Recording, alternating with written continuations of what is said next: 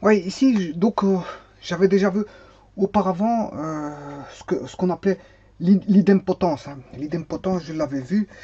euh, voilà.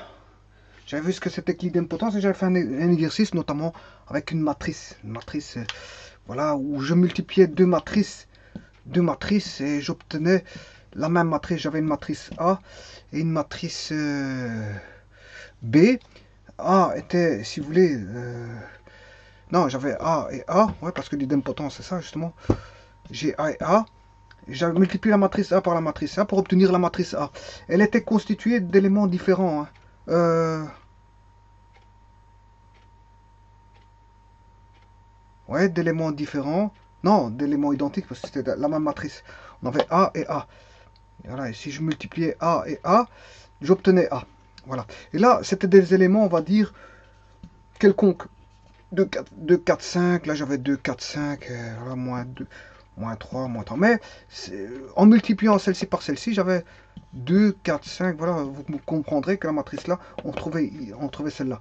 Donc, qu'est-ce que c'est que l'idempotence? Vous aurez compris que l'idempotence, j'avais fait un exercice sur les matrices pour vous montrer que je multipliais deux matrices et j'avais la même matrice en résultat. C'est-à-dire que si je prends un élément x, maintenant ça c'est pour l'algèbre linéaire, ou parce que le système matriciel c'est en algèbre linéaire avec les espaces vectoriels. Ici, je vais prendre dans les structures algébriques un élément x de e, tout simplement comme quand on fait en algèbre, on calcule un élément x de e. Alors on dira que x est idempotent pour la loi bien sûr t, hein, on est dans une on est dans une loi T, loi de composition interne T, avec dans un ensemble E. Voilà. Donc, ce sera idempotent pour autant qu'on ait x, tx est égal à x. C'est ça l'idempotence, hein. C'est-à-dire que, par définition, je prends un élément, je prends ce même élément-là, et quand je fais subir l'opérateur de la loi à composition interne, ben, j'obtiens x. Voilà, ça c'est l'idempotence. Bon, mais il faut savoir quelque chose de fondamental, et qui est une propriété en fait. Euh, Est-ce qu'on peut avoir plusieurs idempotents? Ben, vous l'avez vu que dans le système matriciel, on peut avoir plusieurs idempotents, hein, parce que un des idempotents pour... si je fais la matrice unité, 1, 0, 1, 1, la matrice unité, 1, 1, 1, 0, 0, 0, 0, 0, 0, voilà, si je multiplie 1, 0, 0, 0, 1, 0, 0, 0, 1, 1 fois 1, 1, les autres vont me donner 0. Celui-ci, ça fait 0. Ceux-ci vont me donner 0, 0. Celui-ci va me donner 0. Celui-là, 1 fois 1, 1, 0, 0, 0, 1.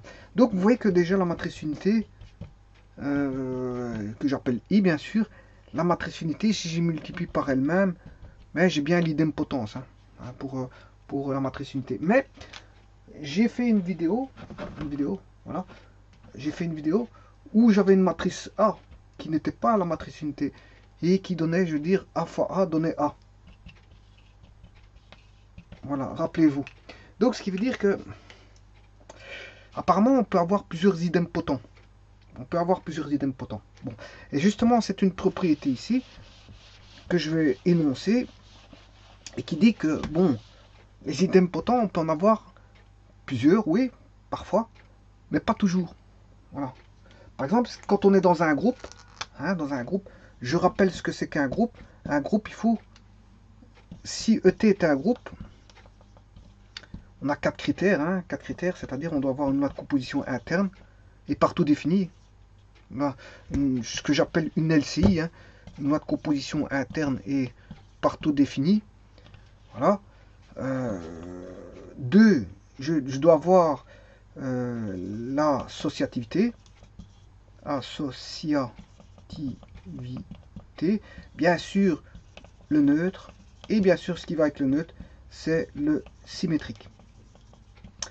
Voilà, quand on a ces 4 critères-là, j'avais dit qu'on avait un groupe. Eh bien, dans un groupe, le seul élément, il n'y a qu'un seul élément idempotent, en fait, c'est le neutre. Dans un groupe, vous n'allez pas retrouver comme dans les systèmes matriciels, on peut avoir plusieurs idempotents. Vous pouvez trouver des matrices A fois A qui vaut A. Hein, et A est différent, sont toutes différentes. Hein. Bon, je veux dire, vous pouvez trouver beaucoup de matrices où A fois A fait A. Notamment une particulière, justement, c'est la matrice unité, qui est le neutre, justement. Et le neutre, elle, d'office, elle fait idempotence pour les matrices. Et mais il y en a d'autres. D'ailleurs, je vous ai dit que j'ai fait une vidéo qui trouvait que l'idempotence, je trouvais l'idempotence avec deux matrices. J'ai multiplié deux matrices entre elles, et je trouve l'idempotence pour deux matrices quelconques. Voilà. Donc, l'idempotence, apparemment pour les matrices, ce qui est tout à fait normal, hein, j'expliquerai pourquoi, mais pour un groupe, parce que c'est pas, voilà, pour un groupe, le seul élément idempotent est le neutre. D'ailleurs, je vais le démontrer tout de suite. Le tout, c'est de savoir si on est dans un groupe ou pas. C'est surtout ça. Si on est dans un groupe, il n'y a qu'un seul idempotent. Un seul. Retenez ceci, eh ben, ce sera le neutre. Pourquoi? Parce que si je prends un élément x appartenant à E, bon, donc je prends x, ouais, pour autant que mon marqueur fonctionne, voilà, je prends un élément x de E, voilà, et je lui fais subir donc une loi de composition interne T, que j'appelle T, généralisée, hein, x. Mais x, ça vaut quoi x? X, on sait bien que ben, c'est x, T, E. Je fais appliquer à x la loi T avec le neutre. On sait bien que quand on fait appliquer avec le neutre, on a toujours x. Parce que le neutre, justement, c'est ça. Le but du neutre, c'est de ne rien faire quand on fait agir l'opérateur, l'opérateur n'agit pas avec le neutre. Il n'agit pas. Donc on retrouve l'élément de départ. Voilà. Le neutre n'agit pas avec l'opérateur T, c'est ça que ça veut dire. Bon. Ouais, mais on est dans un groupe. Rappelez-vous que le seul groupe, enfin, dans un groupe, le seul idempotent, c'est le neutre. Donc ça, je vais noter ça. Le seul dans un groupe, le seul idempotent, c'est le neutre. Le neutre qui est E. Hein. Voilà, que j'appelle E. D'ailleurs, c'est pour ça que je le fais intervenir ici. XE. Ouais, mais X, c'est quoi? Le E, c'est quoi? Mais en fait, dans un groupe, on a le symétrique, qui est unique. Le neutre est unique. Le symétrique est unique. Et E, on sait bien que c'est X, T, X'. Voilà. Bon, maintenant, on est dans un groupe. L'associativité est possible. Donc, je peux associer X, TX, TX'. Je fais subir. Donc, ça, c'est le symétrique. Et je peux faire le symétrique parce que je suis dans un groupe. Je suis dans un groupe, hein. Je peux faire subir l'opérateur neutre. Enfin, le neutre, parce que je suis dans un groupe.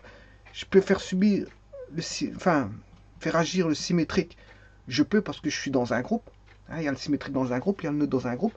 Et je peux faire subir l'associativité puisque je suis dans un groupe.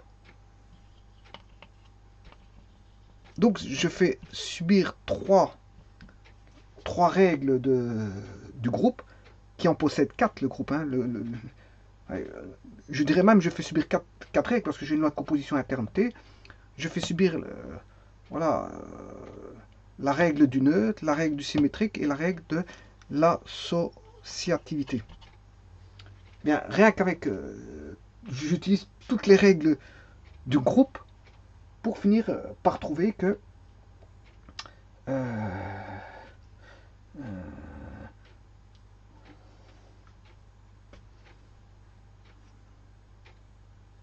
xt, t, x'. Voilà.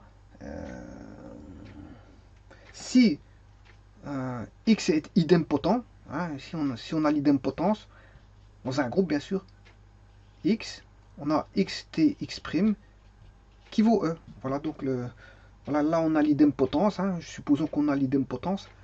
Eh bien, j'ai bien fait subir les règles du groupe, enfin les 4 règles du groupe qu'on retrouve dans un groupe, hein, c'est-à-dire faire subir une loi de composition interne, faire appliquer le neutre, à partir du neutre créer le symétrique, et en ayant le symétrique faire apparaître l'associativité, et à partir de là, j'ai ce qu'on appelle ici comment est-ce qu'on appelle ça, l'idempotence, xtx. Voilà, et si xtx est idempotent, j'ai x. Voilà, et ici, il reste à faire subir xt(x'), et on sait bien que, bon, je suis dans un groupe, xt(x'), c'est un nombre et son symétrique, ce qui fait le neutre. Donc, ce qui veut dire que quoi? Le fameux x qui était ici, mais le x vaut e. Voilà, le seul idempotent dans un groupe, c'est le neutre. Voilà, et ça, c'est une belle démonstration qui démontre que dans un groupe, hein, là où on a les 4 critères, de la composition interne de neutres, de symétriques et d'associativité de neutres et de symétriques, c'est ça, un groupe, c'est 4 critères, eh bien, que l'idempotent, le seul idempotent, c'est le neutre. Voilà. Si on n'est pas dans un groupe, fatalement, vous allez retrouver d'autres valeurs qui font qu'on peut avoir l'idempotence, et c'est le cas, par exemple, des systèmes matriciels, en fait. Voilà. On peut retrouver plusieurs idempotents. Voilà. Je vous remercie beaucoup.